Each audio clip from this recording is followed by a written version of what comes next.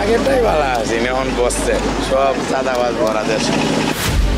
Mohakhali bus stand আপনি যাইবেন, city কর্পোরেশনের নাম করে একটা স্লিপ দেয় আর 10 টাকা নেই। এরা কাউরে ভয় পায় না। খরচ আছে, চান্দা আছে, 700-800 টাকা খরচ আছে। এখানে 380 স্পিড, এখানে 560। 10 টাকা, 20 টাকা, 50 টাকা তো আপনি সবাইকে দেয়া লাগে।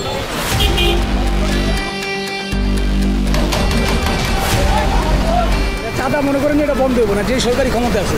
আওয়ামী লীগ খাইছে, এখন বিএনপি খাইবো, আবার জামাত এলে জামাত খাইবো, কারণ এটা মালিক সমিতি এটা খাইতে হইব।